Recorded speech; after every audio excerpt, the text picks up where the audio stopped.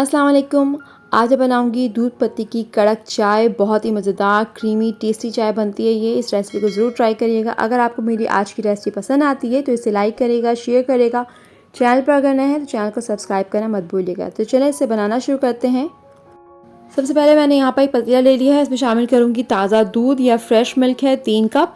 और जिस कप में मुझे चाय बनानी है उसी कप से मैंने नाप कर 3 कप यहाँ पे मैंने दूध ले लिया है। और उसको मैं पतीले में शामिल कर दूँगी गर्म करने के लिए। साथ ही मैंने यहाँ पे थोड़ा सा पानी भी इसमें शामिल करूँगी, वरना दूध थोड़ा सा पकना होता है उसे, तो वो बहुत ज़्यादा क्रीमी, बहुत ज़्यादा गाढ़ा हो जाएगा। तो उसको मैं तकरीबन आधा कप पानी मैंने इसमें शामिल कर दिया ताकि ये बहुत ज़्यादा थिक ना हो। साथ ही मैंने यहाँ पे 2 इलायची ले ली है, उसे कूट के वो भी दूध में शामिल कर दिया है।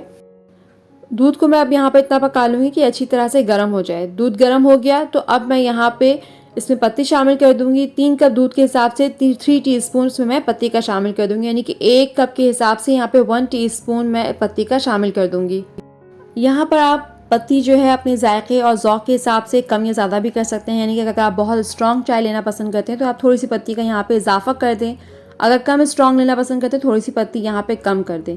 बस अब मैं यहाँ पर चाय को इतना पकाऊंगी कि इसका जो मतलूबा मुझे कलर जो चाहिए वो मिल जाए, इसका अच्छा सा रंग आ जाए। देखिए यहाँ पे चाय को पकते पकते थोड़ी देर हो गई है और उसको मैं साथ साथ फेंटती भी गई हूँ ताकि इसका खूब अच्छा सा कलर आ जाए।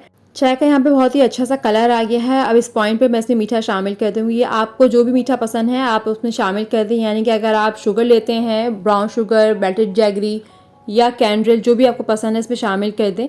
मैं यहाँ पे 1.5 चमचा जो है गुड़ का शामिल कर दूँगी। मेल्टेड जैगरी शामिल कर दे रही हूँ। गुड़ वाली चाय निस्बतन जो है वो हेल्दी एक ऑप्शन भी है। इसके अलावा ये इसका जो गुड़ वाली चाय जो बनती है वो बहुत ही मज़ेदार बनती है। तो बस इसको मैं 1 से 2 दफ़ा उबाल आने तक पकाऊंगी और उसके बाद ये चाय यहाँ पे तैयार हो जाएगी। चाय यहाँ बिल्कुल तैयार है। बहुत ही अच्छा सा कलर भी आ गया है, बहुत ज़बरदस्ती इसकी खुशबू भी आ रही है।